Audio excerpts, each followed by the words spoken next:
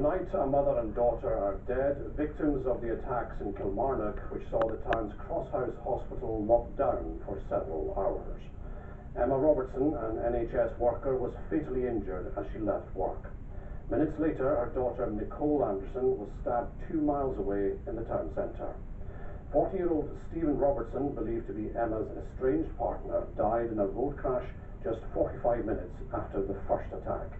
Police say all 3 incidents were linked. Our chief reporter Sharon Frew has the latest. The messages left close to the entrance of Crosshouse Hospital give a glimpse of the shock and heartbreak felt by family, friends and colleagues. One hailed Emma Robertson as their NHS angel.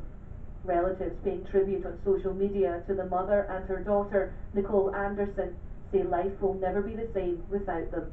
Nicole's fiancé said she will miss her beautiful smile. In the grounds of the hospital, one car park remains sealed off, where 39-year-old Emma was attacked at around 7:45 last night. As staff tried in vain to save their colleague, the hospital was locked down. Ambulances were diverted, while patients and staff in accident and emergency witnessed events unfold.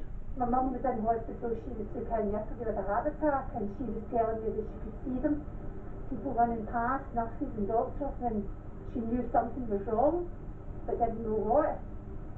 And when I heard that there, I thought, my goodness, poor family. It was just totally shocking. It's devastating to hear things like that happening anywhere, but when it happens, like, on your doorstep, it's horrible. My sister was in the building when it was happening, and I was not only scared for her, I was scared for everyone in the vicinity when it was happening. Kilmarnock's quite like a nice town, so it was like really shocking when I heard about it. 20 minutes after Emma was attacked, her daughter Nicole Anderson was stabbed in Portland Street, 2 miles away. The 24-year-old was taken to Crosshouse Hospital for treatment but didn't survive her injuries. At 8:30, 40-year-old Stephen Robertson, believed to be Emma's estranged partner, died in a road crash on the outskirts of Kilmarnock. The wreckage of the car was being examined by forensic teams this afternoon. Police Scotland say they're not looking for anyone else as part of this investigation, and there is no wider threat to the community. The First Minister said her thoughts are with the bereaved and with everyone at Crosshouse Hospital already dealing with the tough circumstances of COVID. Tragedy like this would be impossible to understand at any time, but after the events of the past year, it is particularly shocking that such an incident has taken place at an NHS hospital. We know how rare it is, we know that it's isolated, and the police have confirmed that's an end to this incident. My sympathies go to the family. It's really, really difficult circumstances. I can't imagine having to come to terms with what's happened, so my heart goes out to them. NHS Ayrshire and Arran say extra support will be available for staff and has praised the professionalism of those who responded to this emergency on their doorstep. Sharon Frew, STV News. Now to Sasha Spratt, who was at the scene last night. You've been there all day, Sasha. What's the mood like this evening?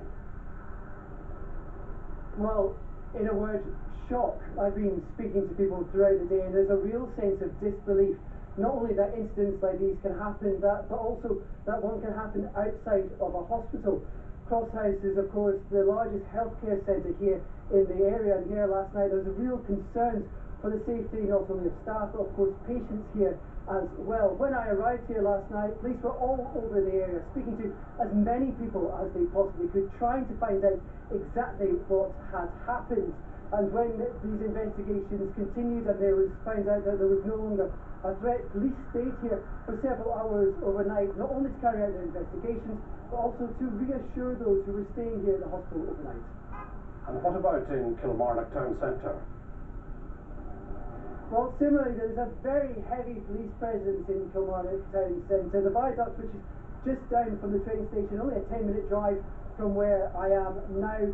There's a large police cordon around there. Ultimately, this is for detectives and forensics to carry out their work, and this was put in place following that second attack. But Kilmarnock, like every other town and city centre around the country right now, is all but silent. And there's only the odd taxi driver or the old delivery driver driving through, and this is just added to the shock that something like this could happen on what was meant to be a quiet night. Well, police will be carrying out their investigations on both sites until those investigations do conclude. Okay, Sasha, thank you.